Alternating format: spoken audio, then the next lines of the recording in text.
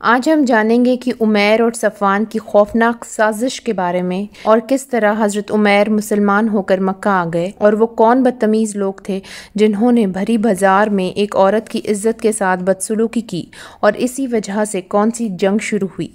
چھوٹی سی گزارش ہے کہ پلے لسٹ میں پیارے آقا صلی اللہ علیہ وسلم کی پیاری مبارک سیرت النبی صلی اللہ علیہ وسلم کی سیریز ضرور سنیے۔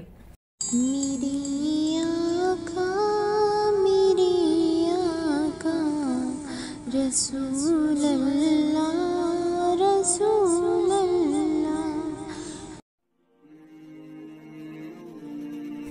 السلام علیکم۔ ایک دن عمیر اور صفوان دونوں حتیم کعبہ میں بیٹھے ہوئے مقتولین بدر پر آنسو بہا رہے تھے۔ ایک دم صفوان بول اٹھا کہ اے عمیر، میرا باپ اور دوسرے مکہ والے جس طرح بدر میں قتل ہوئے ان کو یاد کر کے سینے میں دل پاش پاش ہو رہا ہے اور اب زندگی میں کوئی مزہ باقی نہیں رہا ہے۔ عمیر نے کہا کہ اے صفوان، تم سچ کہتے ہو، میرے سینے میں بھی انتقام کی آگ بھڑک رہی ہے۔ میرے قریبی لوگ بھی بدر میں بے دردی کے ساتھ قتل کیے گئے ہیں اور میرا بیٹا مسلمانوں کی قید میں ہے۔ خدا کی قسم، اگر میں قرض دار نہ ہوتا اور بال بچوں کی فکر سے دو چار نہ ہوتا تو ابھی کے ابھی تیز رفتار گھوڑے پر سوار ہو کر مدینے جاتا اور مسلمانوں کو نقصان پہنچاتا۔ یہ سن کر صفوان نے کہا کہ اے عمیر، تم اپنے قرض اور بچوں کی ذرا بھی فکر نہ کرو۔ میں خدا کے گھر میں عہد کرتا ہوں کہ تمہارا سارا قرض ادا کر دوں گا اور تمہارے بچوں کی بھی ذمہ داری لیتا ہوں۔ اس معاہدے کے بعد عمیر سیدھا گھر آیا اور زہر میں بھجائی ہوئی تلوار لے کر گھوڑے پر سوار ہو گیا۔ جب مدینے میں مسجد نبوی کے قریب پہنچا تو حضرت عمر رضی اللہ عنہ نے اس کو پکڑ لیا اور اس کا گلا دبائے اور گردن پکڑے ہوئے دربار رسالت میں لے گئے۔ حضور رحمت عالم صلی اللہ علیہ وسلم نے پوچھا کہ کیوں عمیر، کس ارادے سے آئے ہو؟ جواب دیا کہ اپنے بیٹے کو چھڑانے کے لیے۔ آپ نے فرمایا کہ کیا تم نے اور صفوان نے حتیم کعبہ میں بیٹھ کر میرے قتل کی سازش نہیں کی ہے؟ عمیر یہ راز کی بات سن کر سناٹے میں آ گیا اور کہا کہ میں گواہی دیتا ہوں کہ بے شک آپ اللہ عز و جل کے رسول ہے، کیونکہ خدا کی قسم میرے اور صفوان کے سوائے اس راز کی کسی کو بھی خبر نہیں تھی۔ ادھر مکہ میں صفوان حضور رحمت عالم صلی اللہ علیہ وسلم کے قتل کی خبر سننے کے لیے انتہائی بے قرار تھا اور دن گن گن کر عمیر کے آنے کا انتظار کر رہا تھا، مگر جب اس نے ناگہاں یہ سنا کہ عمیر مسلمان ہو گیا تو اس کے پاؤں کے نیچے سے زمین نکل گئی اور وہ بوکھلا گیا۔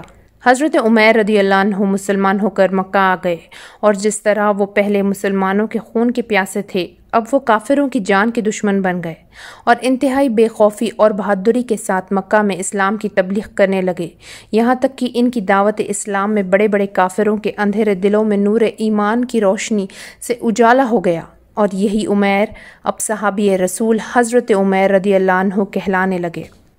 رمضان کا مہینہ تھا، ہجرت کا دوسرا سال۔ حضور رحمت عالم صلی اللہ علیہ وسلم جنگ بدر کے مارخے سے واپس ہو کر مدینہ واپس لوٹے۔ اس کے بعد ہی 15 شوال دوسرا ہجرت کے سال میں غزوہ بنی قینقاع کا واقعہ درپیش ہو گیا۔ ہم نے پہلی ویڈیوز میں بتایا کہ مدینے کے اطراف میں یہودیوں کے 3 بڑے بڑے قبائل آباد تھے، بنو قینقاع، بنو نذیر اور بنو قریظہ۔ ان تینوں سے مسلمانوں کا معاہدہ تھا، مگر جنگ بدر کے بعد جس قبیلے نے سب سے پہلے معاہدہ توڑا وہ قبیلے بنو قینقاع کے یہودی تھے، جو سب سے زیادہ بہادر اور دولت مند تھے۔ واقعہ یہ ہوا کہ ایک برقع پوش عورت یہودیوں کے بازار میں آئی۔ دکانداروں نے اس کے ساتھ شرارت کی اور اس کے سارے کپڑے اتار دیے۔ اس پر تمام یہودی قہقہا لگا کر ہنسنے لگے۔ اس عورت نے چلایا تو ایک عرب آیا اور دکاندار کو قتل کر دیا۔ اس پر یہودیوں اور عرب میں لڑائی شروع ہو گئی۔ حضور صلی اللہ علیہ وسلم کو یہ خبر ہوئی تو تشریف لائے اور یہودیوں کی اس غیر شریفانہ حرکت پر ملامت فرمانے لگے۔ اس پر بنو قینقاع کے خبیث یہودی بگڑ گئے اور بولے کہ جنگ بدر کی فتح سے آپ مغرور ہو نہ جائے۔ مکہ والے جنگ کے معاملے میں بے ڈھنگے تھے، اس لیے آپ نے ان کو مار لیا۔ اگر ہم سے آپ کا مقابلہ پڑا تو آپ کو معلوم ہو جائے گا کہ جنگ کس چیز کا نام ہے اور لڑنے والے کیسے ہوتے ہیں۔ جب یہودیوں نے معاہدہ توڑ دیا تو رحمت عالم صلی اللہ علیہ وسلم نے شوال کے مہینے میں ہجرت کے دوسرے سال سنیچر کے دن ان یہودیوں پر حملہ کر دیا۔ یہودی جنگ کی تاب نہ لا سکے اور خلا بند ہو گئے، مگر 15 دن کے محاصرے کے بعد بالآخر یہودی مغلوب ہو گئے اور ہتھیار ڈال دینے پر مجبور ہو گئے۔ حضور رحمت عالم صلی اللہ علیہ وسلم نے صحابہ کرام رضی اللہ عنہ سے مشورہ کیا اور یہودیوں کو شہر بدر کر دیا، اور اس کے بعد یہودی ملک شام کے مقام عزرات میں جا کر آباد ہو گئے۔ ہم تحریر کر چکے ہیں کہ جنگ بدر کے بعد مکہ کے ہر گھر میں سرداران قریش کے قتل ہو جانے کا ماتم تھا اور سب لوگ بدلے کی آگ میں جل رہے تھے۔ چنانچہ غزوہ سویق اور جنگ احد وغیرہ کی لڑائیاں مکہ والوں کے اسی جوش انتقام کا نتیجہ ہے۔